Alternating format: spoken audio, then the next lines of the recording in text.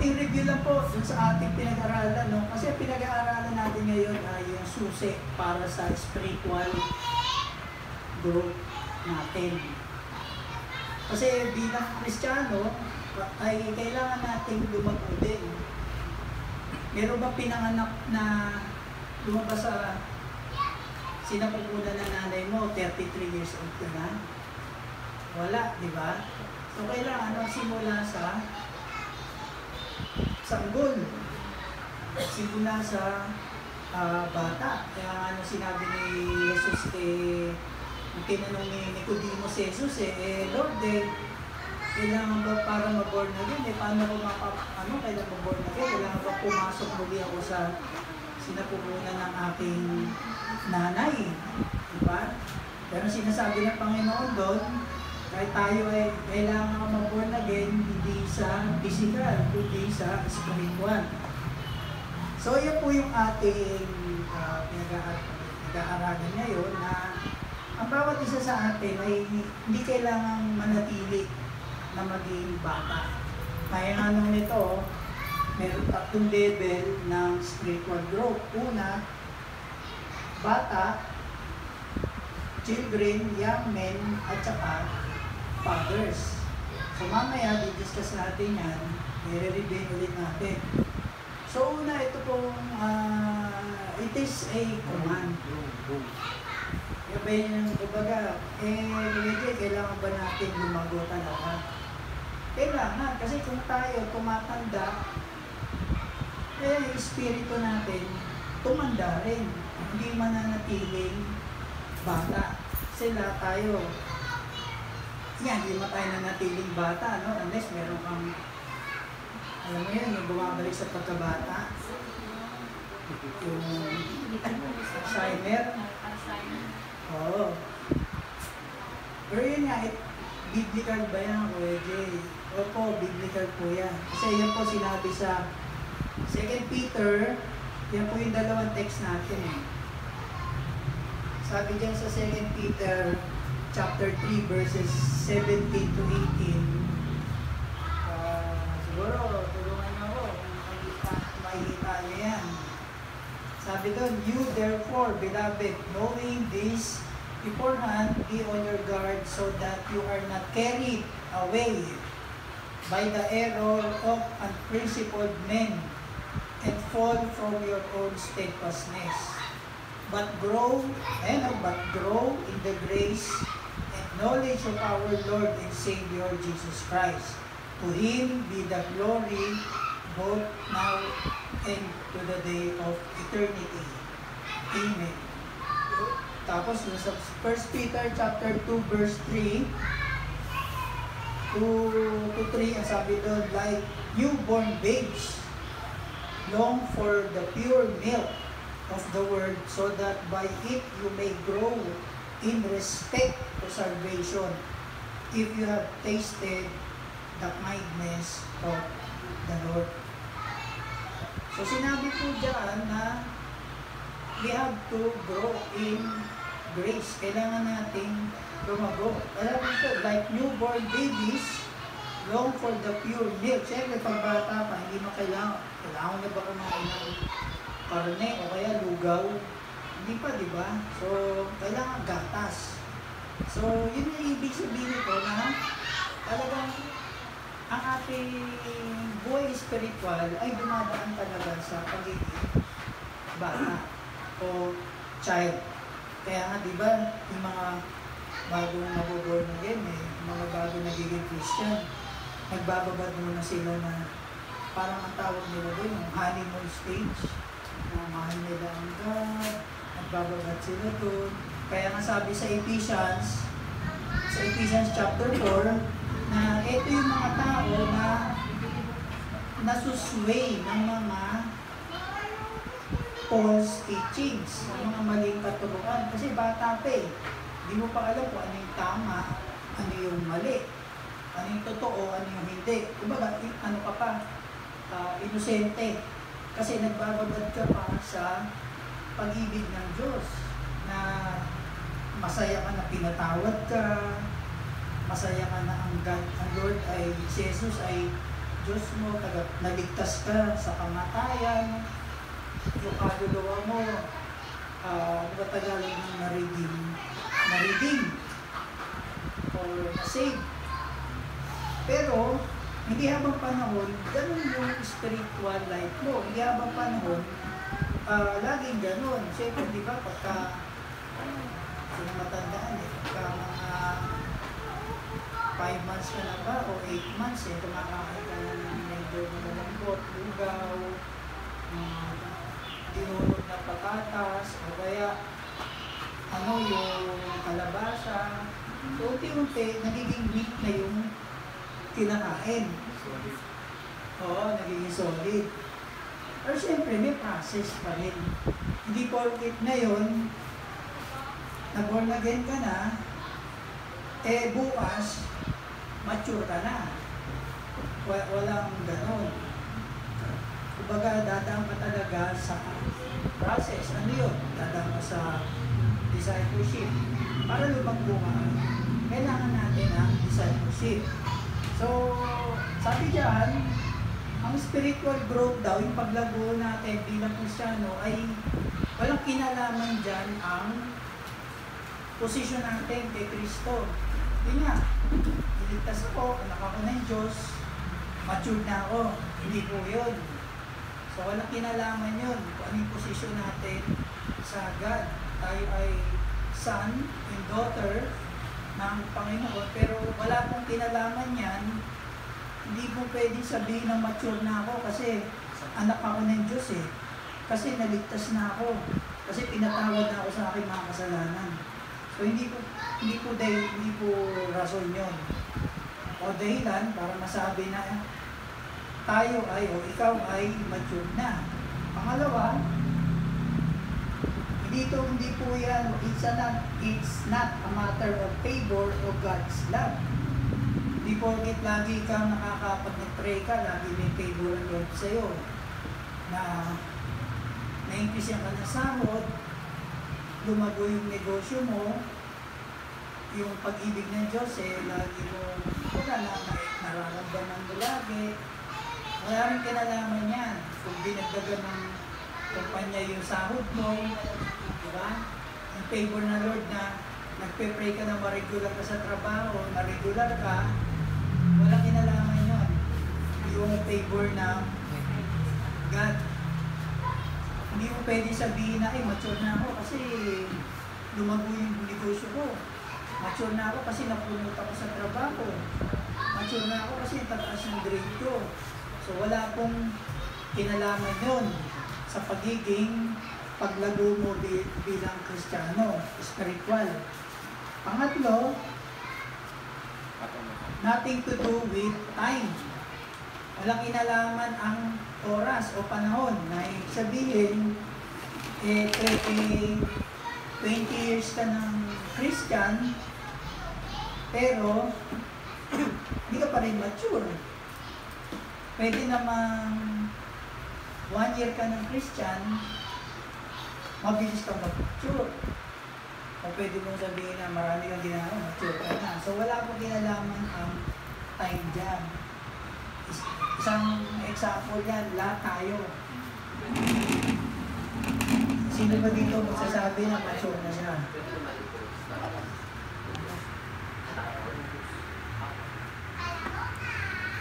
Wala. Wala? Sino nagsabi dito na mature na siya? Alam ko dati may tinanong si Kuya Romeo, may nagtaas Wala ba dito yun? Wala. Kasi lahat tayo, hanggang kahit ako mga kapatid, natututo pa rin ako ngayon. Yung na-hospital ako ng 2 beses. Diba yung kwento ko nga sa inyo na may mga natutunan pa rin ako doon. Kasi hanggat buhay tayo, we are in a learning process. Hanggat buhay tayo ay natututo.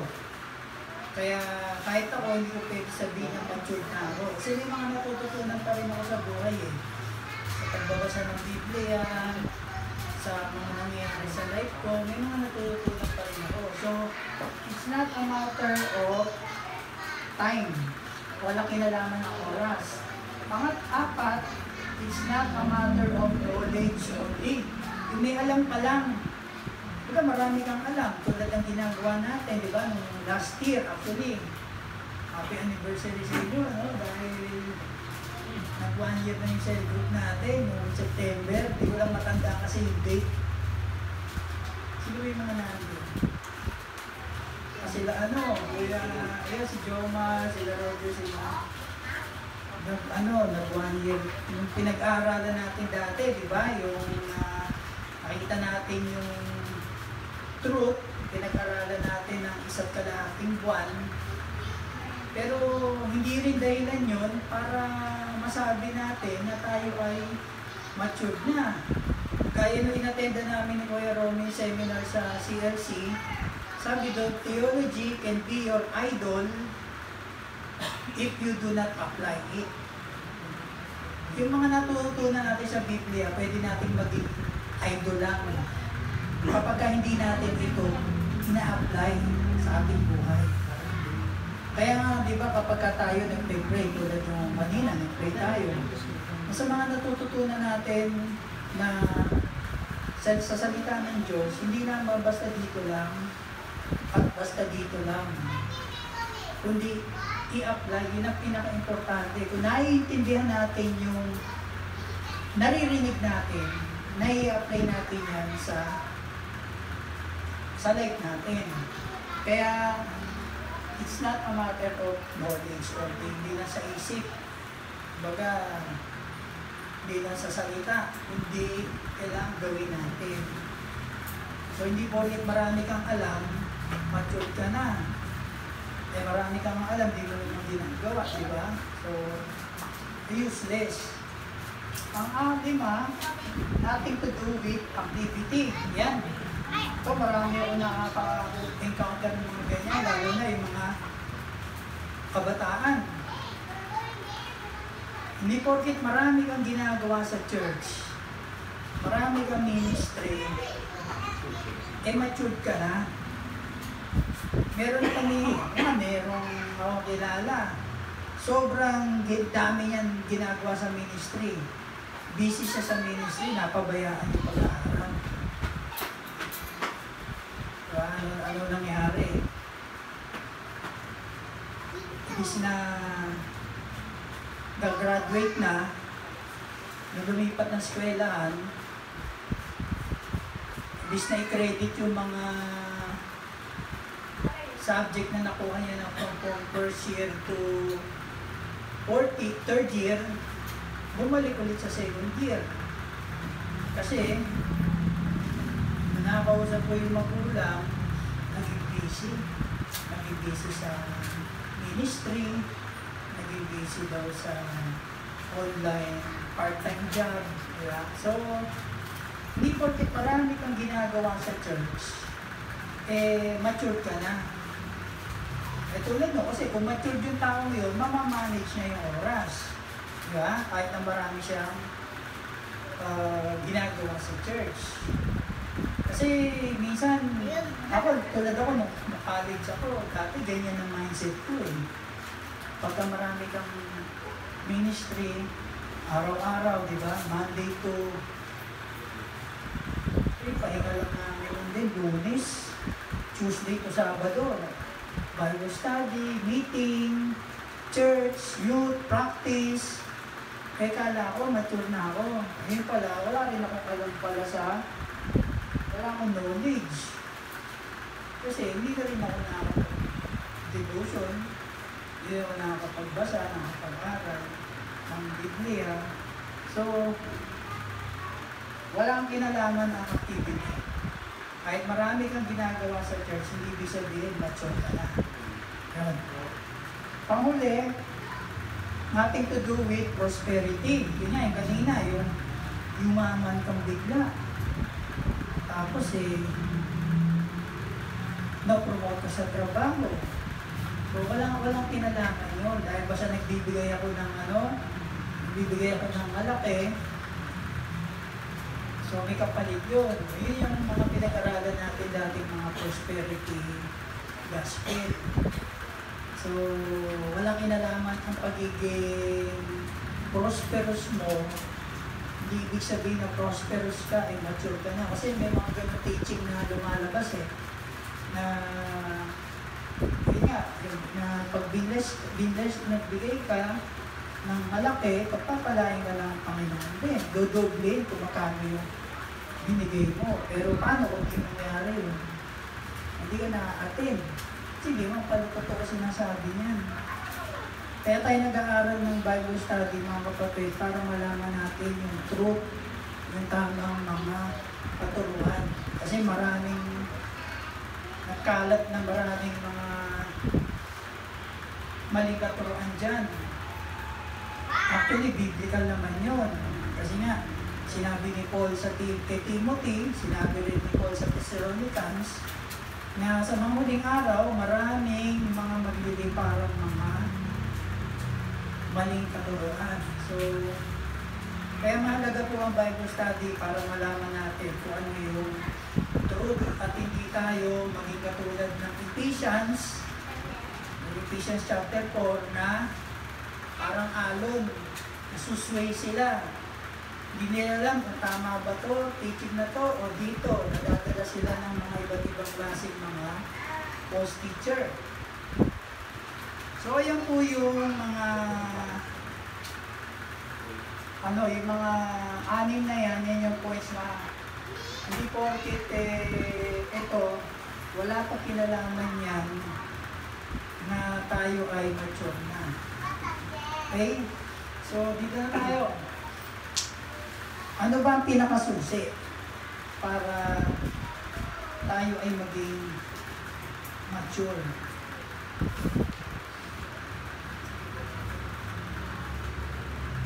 Yan po yung Master A. Kaya tayo nabubuhay dito, di ba alam na natin yun, is to glorify God. Yun lang.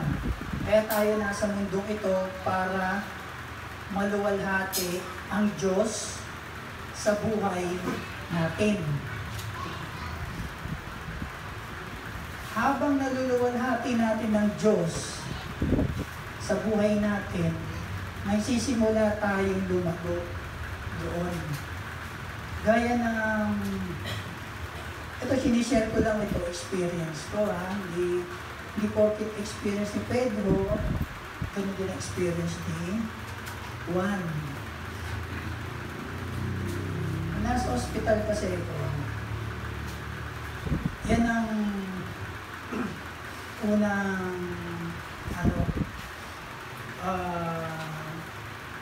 yung pinaalala ng Lord sa akin, yung mga pag-aaralan natin sa Bible study, lalo na pagdating sa prayer, sa prayer natin, dalawang pwedeng mangyari, di ba? 100% na sasagutin ng Panginoon niya, kaya niya sasagutin niya is to glorify Himself. Yun. Na kapag ang Diyos nag-glorify siya sa buhay natin, tayo ay lumalago. Kaya nga sabi ko nga sa inyo, kahit ako, hindi ko pwedeng sabihin na mature na ako. Kasi nung nasa ospital ako, marami rin akong mga natutunan. Habang nakahiga ako doon at umaaray. Kasi operado ka, sakit, 2 beses pa. May mga natutunan ako doon. Kaya doon sa natutunan ko yun, everyday hanggang ngayon, pagka nagpe-pray,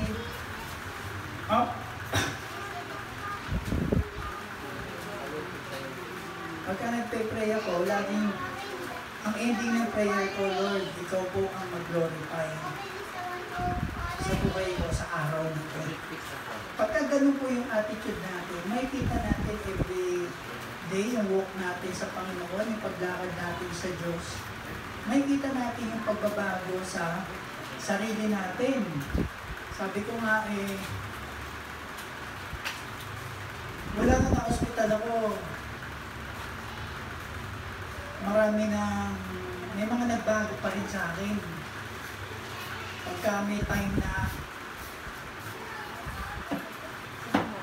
gusto mong mainis,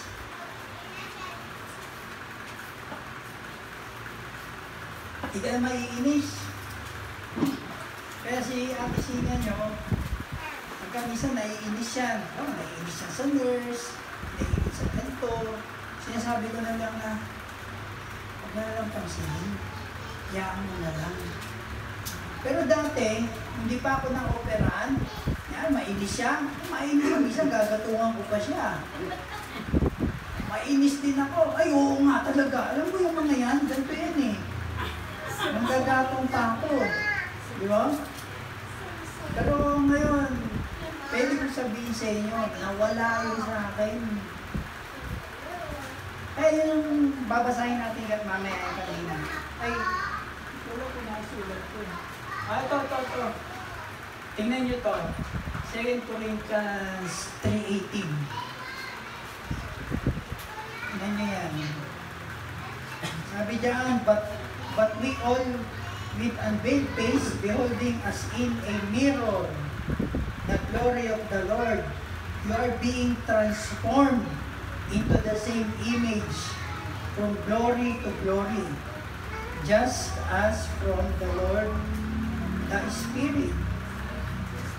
So every growth natin, ang ibig sabihin nito ay tayo ay na-transform from glory to glory to glory to glory. Sa bawat araw, mga kapatid, di ba sa matanda, lalo na yung kabataan pagka na-reach na yung age of puberty, tumataas sila, di ba? Yung babae, pag nagkaroon ng menstruation, makita mo, tumataas. Yung lalaki, pagka na-circumcise na, tumataas, di ba? Pero may certain limit lang. Ngayon ba, tumatangkad ba tayo? Hindi na. Pero ang spiritual life natin, ito, it must grow. Kailangan, everyday, kahit centimeter lang yan, kahit millimeter lang yan, dapat lumalago. Kumbaga, kung ako, halimbawa, ilang centimeter ako, 1.63 centimeter ako. Yung spiritual life ko, hindi lang kailangan mag-stay sa 1.63 centimeter.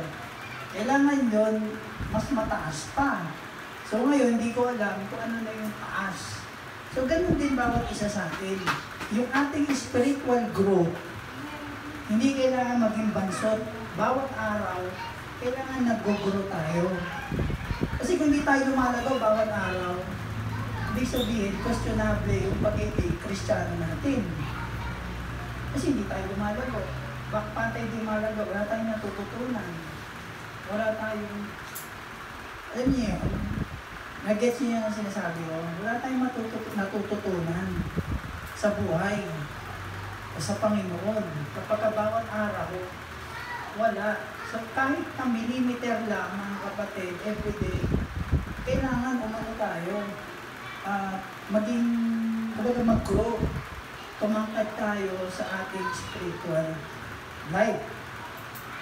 Kasi, ito, Corinthians, di ba, pinag-aralan natin sa dispensation para sa atin to, sa church, na matransport tayo from glory to glory to glory to glory. Hindi po yan yung glory na babagsak sa'yo at ikaw ay matutumba, o hindi yan yung glory na ibig sabihin na glory na may mga makikita ka na kung ano-ano. Hindi yan yun.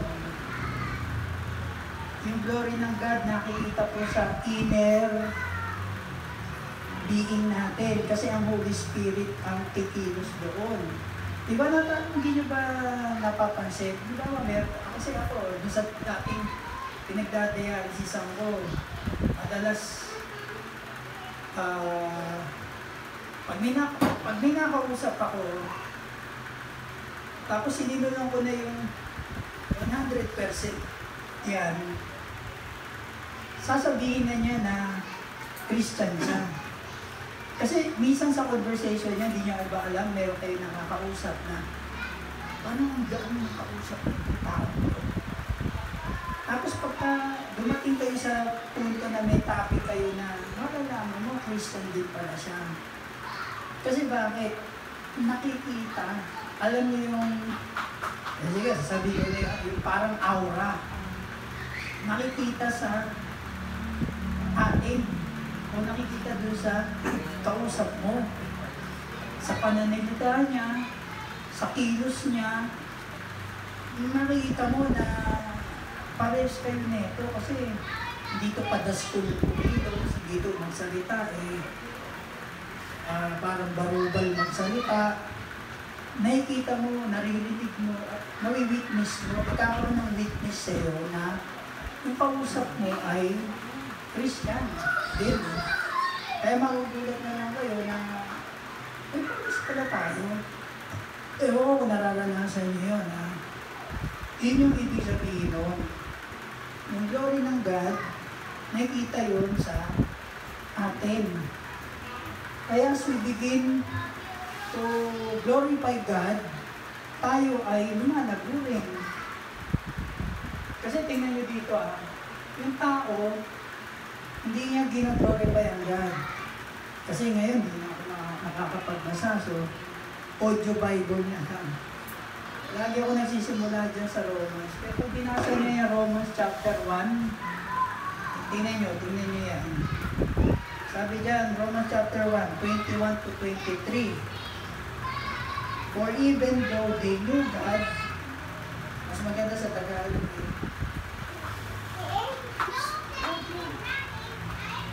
or even if they knew God, they did not honor Him as God or give thanks. But they became futile in their speculations, and their foolish heart was darkened.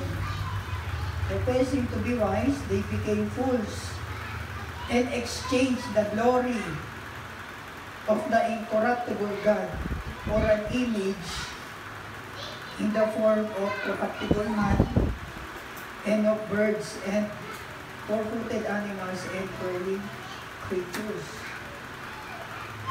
So, totoo rin to, di ba? Ibig na i-glorify ng God ang tao, hindi nila maluwalhati ang Diyos, kundi anong ginawa nila. Gumawa sila ng mga Diyos-Diyosan. Doon pala sa kay Moises, di ba, nangyari na to? Si Moses nasa taas ng bundok. Ano sabi ng mga Israelita kay Aaron? Gawa mo kami ng gintong guya. Kaya ang ginawa nila, nagpotipid sila ng mga ginto, tapos gumawa sila ng imahe, di ba? Kaya pagbaba ni Moses, dala-dala niya yung tabletas ng Ten Commandments, binato niya doon. So, makita natin yung katigasan ng mga Israelita na na-experience nila yung power ng God. Miracles yun, actually, in 10 plagues. Milagro ng Panginoon yun, supernatural. Pero ano nangyari? Hindi pa sila naniwala. Reklamo sila. Lalo na, lumabas sila sa Egypto. Reklamo sila sa bundok, sa disyerto. Kung tutusin, kung hindi sila nagreklamo, ilang taon sila sa disyerto? 40 years. Pero kung hindi sila nagreklamo, itong araw lang, doon na sila sa Canaan. Pero dahil nasa reklamador sila, so, ganun ang ginawa ng God. Paikot-ikot lang sila sa disyerto. Pero ganun pa man, mga kapatid, paikot-ikot sila sa disyerto. Sinasabi rin dito sa Biblia na wala naman silang damit. Yung mga bata, naging binata, tumanda na, yung mga tsinelas nila, sandals nila, lumalaki. Supernatural. Yung damit nila, lumalaki rin, supernatural. Hindi pa rin nila nakikita yun. Kaya nga, grabe nga dito, ito sinasabi dito, for even though they knew God, they did not honor Him as God. o dibdibs. Hindi lang sinasabi ni Paul to sa mga Jews. Sinasabi rin ito sa mga hentil. Kaya tayo hentil, ha? So, yun. So, kinakailangan na tayo ay mag-glorify natin ang Panginoon, mag-glorify ang God sa ating buhay.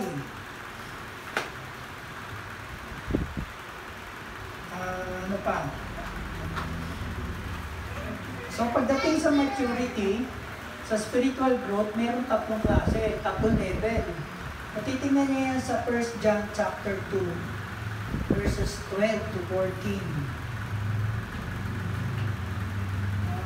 Sige nga, pakibasa sa Tagalog. Verse 1. Unang. John 1 John chapter 2, verses 12 to 14. 12 to 14. Sumusulat ako sa inyong mga anak sapagkat pinatawad na ang inyong mga kasalanan dahil sa kanyang pangalan. 13. Sumulat ako sa inyo mga ama sapagkat nakilala ninyo siya na sa simula pa siya na. Sumusulat ako sa inyo mga kabataan sapagkat na pagtagumpayan na ninyo ang masama. 14. Sumusulat ako sa inyo mga anak sapagkat nakilala ninyo ang ama. Sumulat ako sa inyo mga ama sapagkat nakilala ninyo siya na siya'y simula pa siya na. Sumulat ako sa inyo mga kabataan sapagkat malalakas kayo. Nanatili sa inyo ang salita ng Diyos at tinalo na ninyo ang masama. Yun. Ayan. Hindi ko lang kung napaliwanag ko ito ng maayos ng last time, no? Sabi dyan, may tatlong level ng spiritual growth. Children, young men, tsaka fathers. Tulad mo nga, hindi ka naman pwedeng manatili na pinanganak ka. Young man ka na, kaya tatay ka na, hindi pwede yun, di ba? So magdadaan sa bata. Yung spiritual natin, ganun din. So ano ibig sabihin dito? Sabi ni John, I'm writing to you little children because your sins have been forgiven for His name's sake. Pagka ikaw ay bata pa, yun ang unang mong matatanggap. Pag nauna ka na born again, yun ang unang mong mararanasan na pinatawad ka na ng Panginoon sa lahat ng kasalanan mo, past, present, future. Pinatawad ka na. Yung dugo niya, nilinis ka sa mga kasalanan mo. Siyempre, kapag ka ikaw ay bata pa, inosente ka. Kaya nga doon, little children, because your sins have been forgiven for His name's sake. Hanggang doon pa lang, yun yung sinasabi ko kanina, nandun ka pala sa honeymoon stage. Na pag nag-pray ka, sagutin ka agad ni Lord. Pagka meron bang ni-request sa Kanya, sagutin ka agad niya. Kasi, nai-enjoy mo pa lang yung pagiging Kristiyano mo. Kasi bata ka pa. Yun nga, na napatawad niya yung kasalanan mo, kahit na ba mabigat ang naging kasalanan mo dati, pero kahit sa naniniwala ka, na-convince ka, na pinatawad ka na ng Panginoon, nai-enjoy mo yun. E bata ka pa, wala ka pang alam sa mga teaching, hindi mo pa alam. So pag binigaya sa'yo, sama ka. Nagaya dito sa'yo, sama ka. Kasi hindi mo pa alam eh. Pero habang nagmamature ka, sabi ni John dito, I am writing to you young men because you have overcome the evil one. Ibig sabihin, habang tumatanda ka, na pagde-disciple ka, nagde-devotion ka, nagpe-pray ka, yung tatlong yan, lalago ka. Kasi, habang nagbabasa ka ng Biblia, makikilala mo ang Diyos, makikilala mo ang diablo. Ano yung mga pamamaraan niya para painan ka sa mga schemes o mga pakana niya. So kapag ka nalalaman mo yan, nagpapadisciple ka, nagpe-pray ka, nagbabasa ka ng Biblia, nag-aaral ka, Ayun yung sinasabi ko ni John na you have overcome the evil one. Meron tukson dumarating sa'yo, pero napagtatagumpayan mo. Hindi na naman po ang tukso ay pagdating sa sexual sin.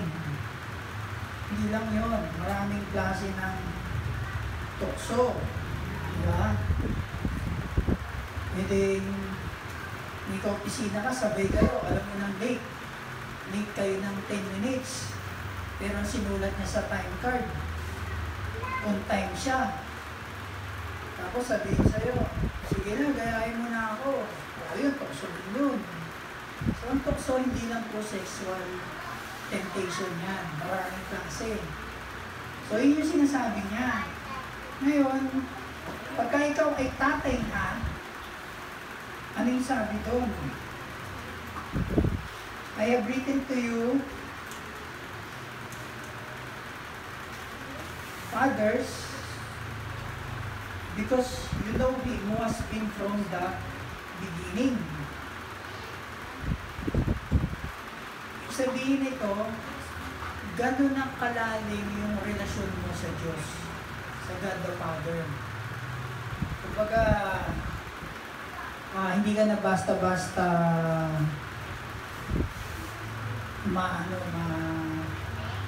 tawag dito? Hindi ka na basta-basta bibigay. Kumbaga yung relation mo sa God, the Father, sa Heavenly Father, ay parang ganyan na kayo. Ganyan na kayo. So, maririnig na yung sa salita mo, makikita mo sa buong buhay mo na ikaw ay, yung matanda ka na sa Panginoon.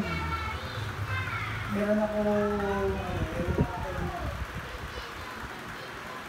babasahin dito na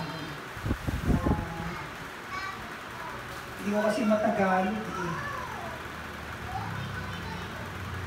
Kaya, hanapin ko lang ha.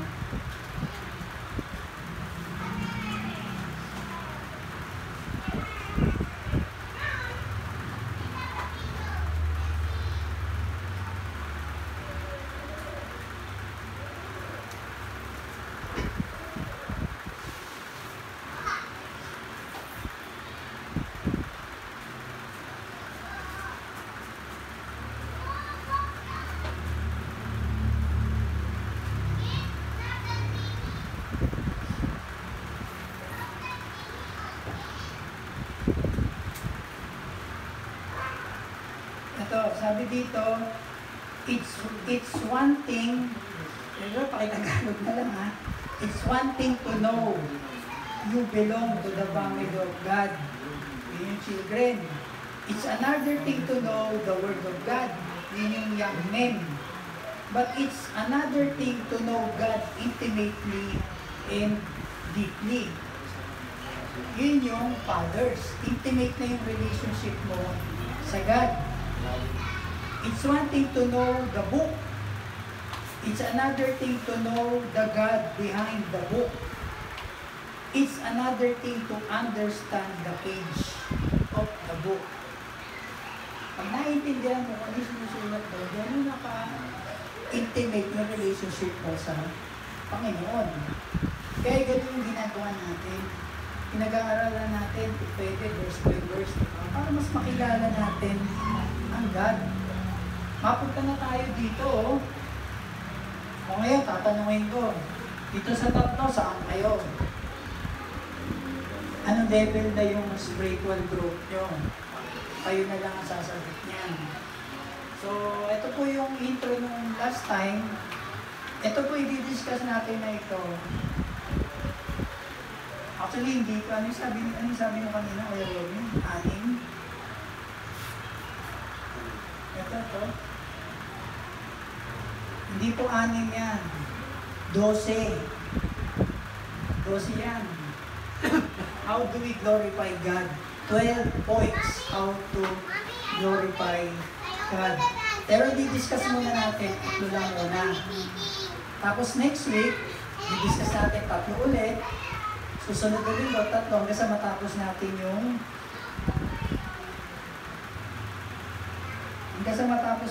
yung 12. So una, how do we glorify God? By confessing Jesus Christ as our Lord. Kung makikita natin yan sa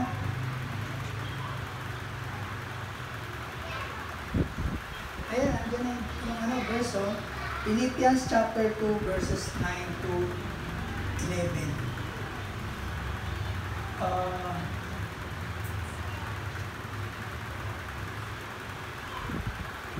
Nakita niyo na?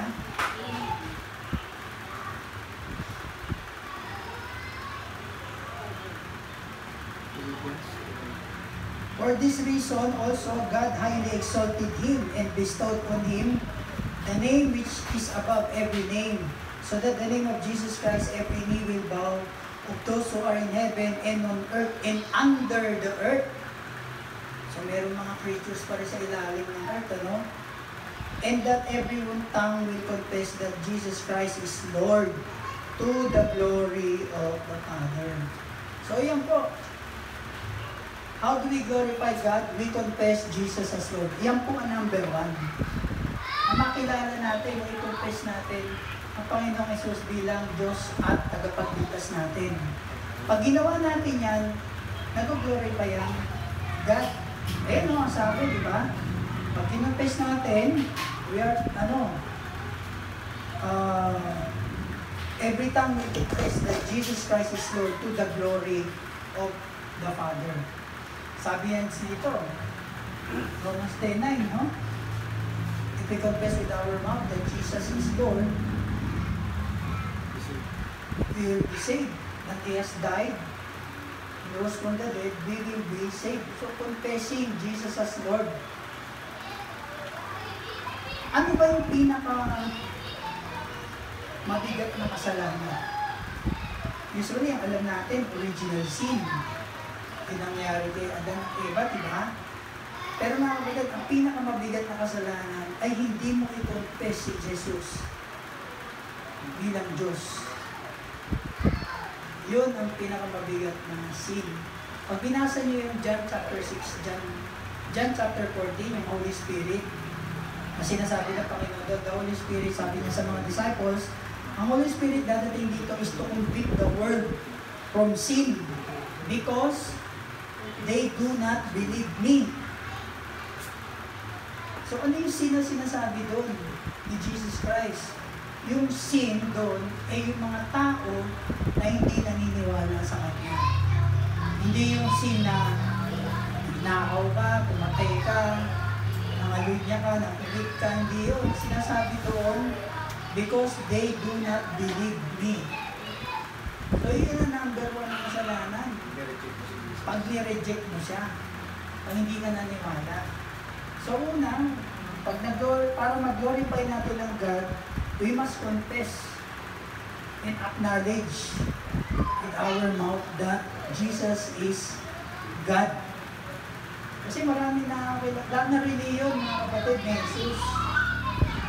Kaya lang, ibang Jesus yun. Merong ibang may Jesus, merong tao lang. May iba, Jesus, propeta.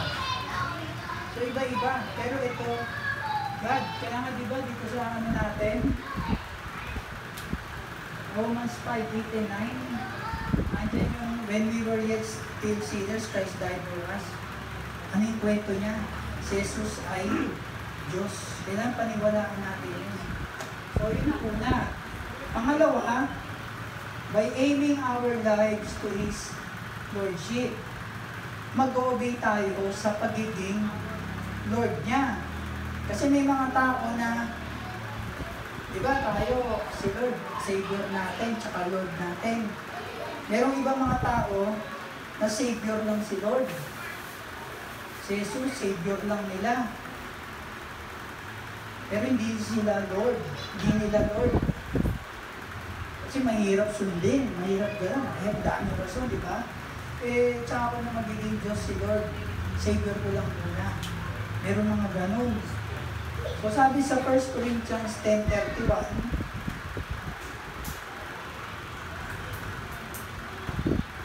ano sabi diyan?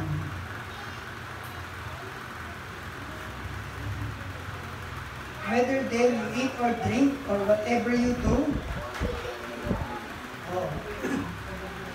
Kaya nga kung kayo kumakain o uminom o ano man ang ginagawa ninyo, gawin ninyo ang lahat sa ikararangal ng Diyos. Yun, okay. Ano man ang ating ginagawa, do it to the glory of God. Pwede, paano yun?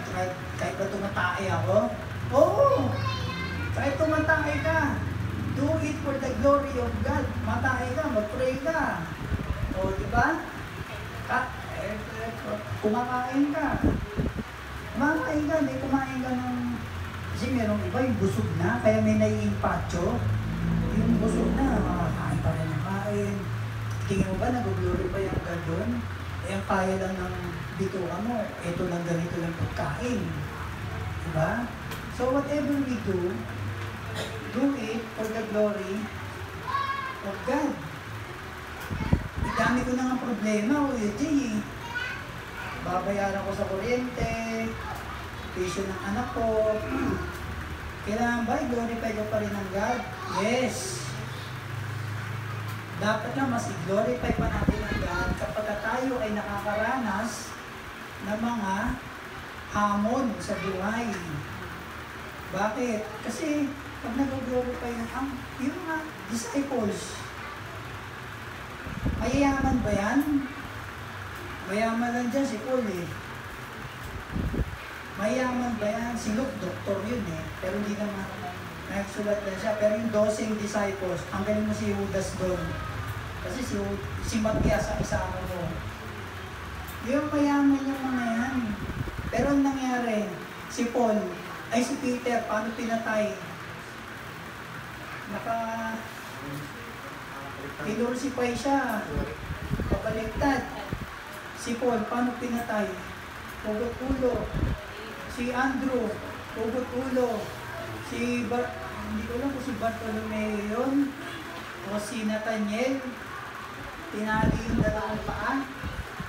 Ito, isa-isang kabayo. Ito sa isang kabayo. Pinatakbo pareho. O yung naghiwalay, o. O hati.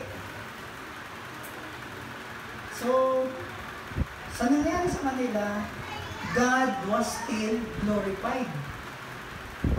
Tamo nung nagpe-pray si Jesus sa Garden of Gethsemane, di ba? Sabi niya, Lord, Ama, kung pwede lang eh.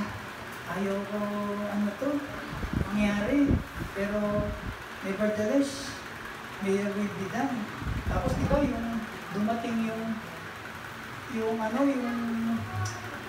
kung saan yung nagsalita ang God the Father, di ba? I have glorified my name and I will glorify it again. Doon sa mangyayari kay Jesus na pagkapako niya sa krus.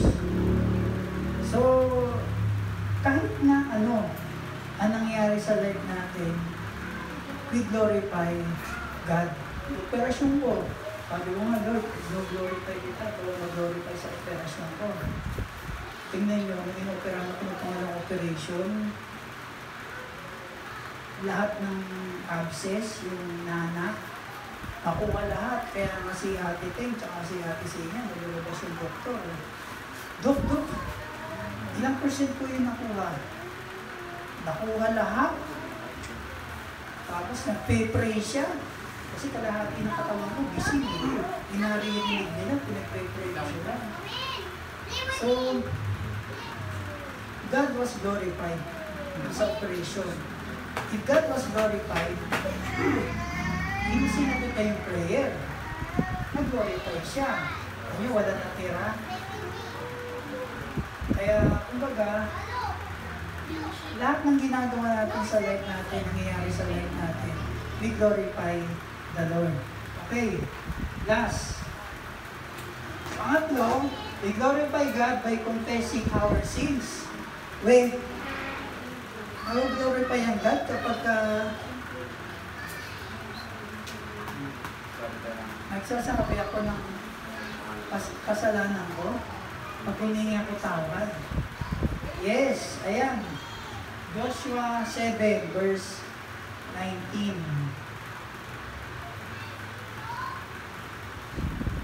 Ang context nitong chapter na to, ito yung kay Achan. Alam niyo na yan, no? Alam niyo na ba yun? Binasa ko lang ngayon. Sabi na Lord, ubusin mo lahat yan. Isipin niyo, bata, matanda, babae, lalaki, papatayin, lahat, walang ititira. Pati mga kayamanan, walang ititira. Pero ang ginawa ni Achan, nung nakita niya na mayroong mga bagay na maganda, kasi naisip niya, pero ko sa Panginoon, tinira niya. Hindi niya ako yung bakal, mga makakita niya magaganda malusog. Kinuha niya. At ginastify niya. Sinabi niya, kasi i-offer ko to sa God eh. Pero ano sabi ng God, mas importante ang pagsunod.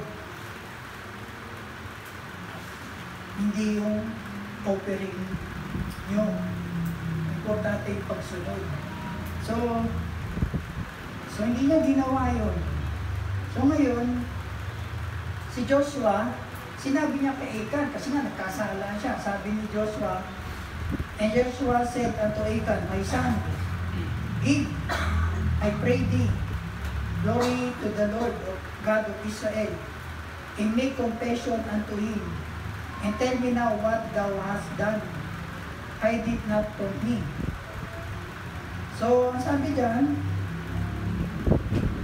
madalas na nag-glorify ang God kapag tayo ay humihingi ng tawad sa Kanya. Kasi bakit? We are admitting our mistake. Di katulad ng nangyari sa fall. Diba? Madalas nating dinidiscuss yun. Ibig na sabi ni Adam, oh Lord, sorry, nagawa ako, kain ko. Pero ang ginawa niya, sinisipa niya ang God. Eh Lord, ito binigay kong babae, sana bigay sa akin ng prutas. Kasi anong ginawa ni Eve? Eh, itong ahas tinukso ko Ibig na aminin.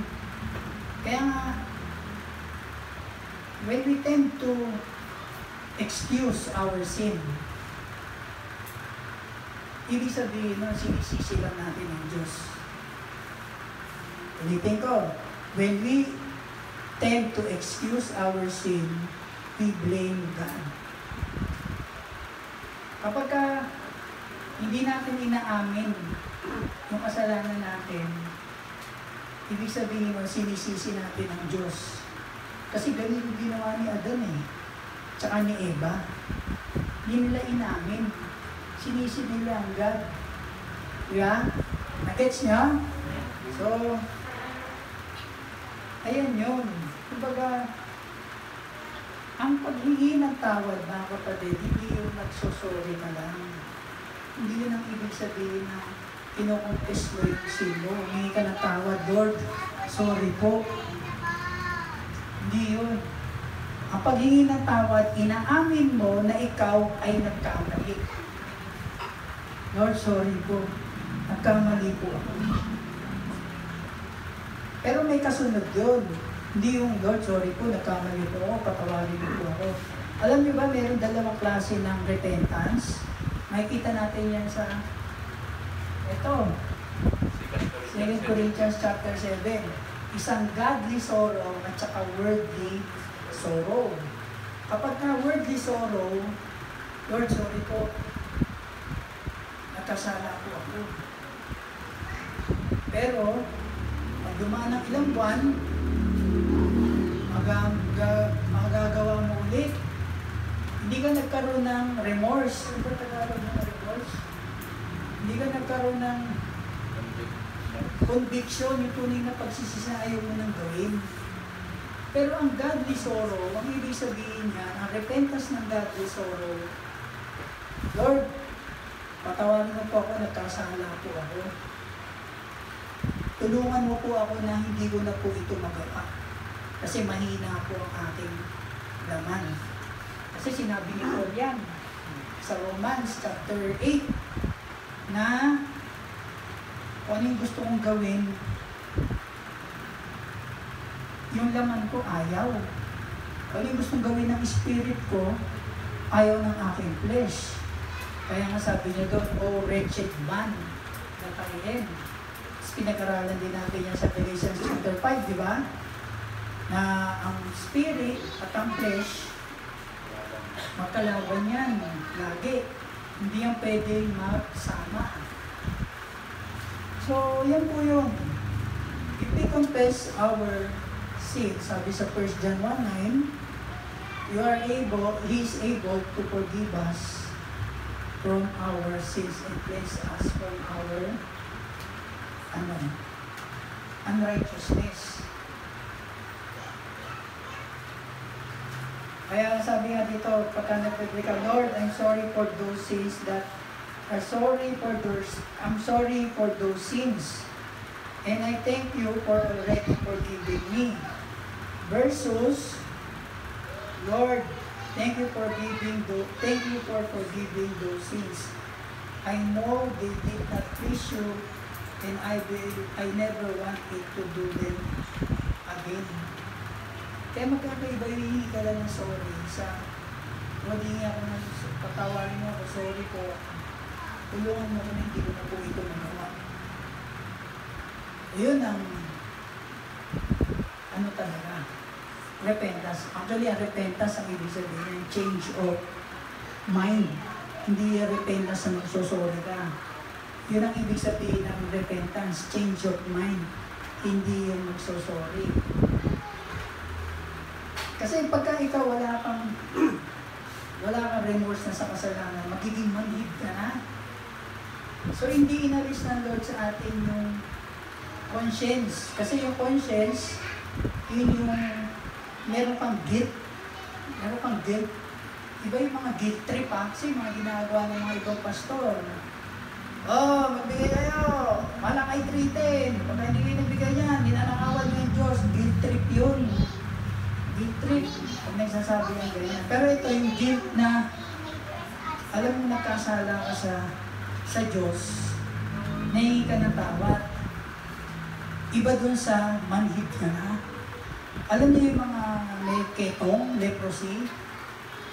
Meron pag-aaral niyan na pagka pala meron kang ketong, may leprosy ka, magmamanhid yung parte ng katawan mo na meron ketong. Halimbawa, meron kang ketong sa tenga. Meron ka rito, tenga, no? Makati kasi yan. So, gagawin mo, ganyan ka ng ganyan.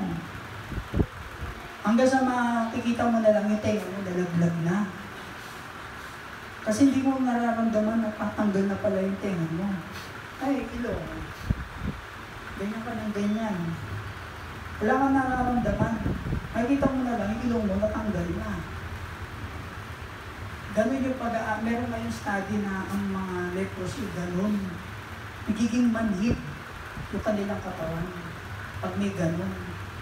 Pagbawa, ito, braso mo, kanakahan na ganyan, hindi mo alam, wala ka na pala, nalaglag na lang dyan, nakita mo, nalaglag na. Pero hindi mo nararamdaman. So, huwag natin paabutin sa ganyan, mga kapatid, na tayo ay maging manhid pagdating sa kasalanan. Yung ulo malaglag. Oo, liig mo, no? Hanggang na pala. So, huwag natin hayaan na maging ganon. So, dyan muna tayo magtatapos. Ito muna 3. Next week, meron ulit tayong 3. Pahaba lang ngayon kasi i-review natin yung last time para ma-refresh yung mind natin. Pero next time, vaccine na yun kasi 3 lang naman. Basta 3 tayo ng 3. Mainam kasi maintindihan talaga natin para pag pinasa natin sa ating mga cell group yan, maunawaan nila. Okay? Sige, pahay-pahay. Manalangin. Ginong Diyos, maraming pong salamat sa bibig ito, sa oras na ito. Patuloy po na tiyataas namin yung pangalan. Ikaw po ang mag-glorify patuloy sa gawain na ito. Thank you dahil Ikaw ay banal, ikaw ay tapat. Thank you sa iyong biyaya na patuloy na inyong ibinubuhos ko sa amin, Lord. Maging sa mga pag-aaral na ito, Panginoon, ay patuloy na ang paggabay ng banal na Espiritu ko sa aming buhay ay makita ang iyong kaluwalhatian. Doon sa aming pag-confess na si Jesus ay Diyos, sa lahat po ng mga ginagawa namin sa buhay, at maging sa aming paghingi ng tawad sa mga kasalanan na nagagawa namin dahil kami ay mahina. Pero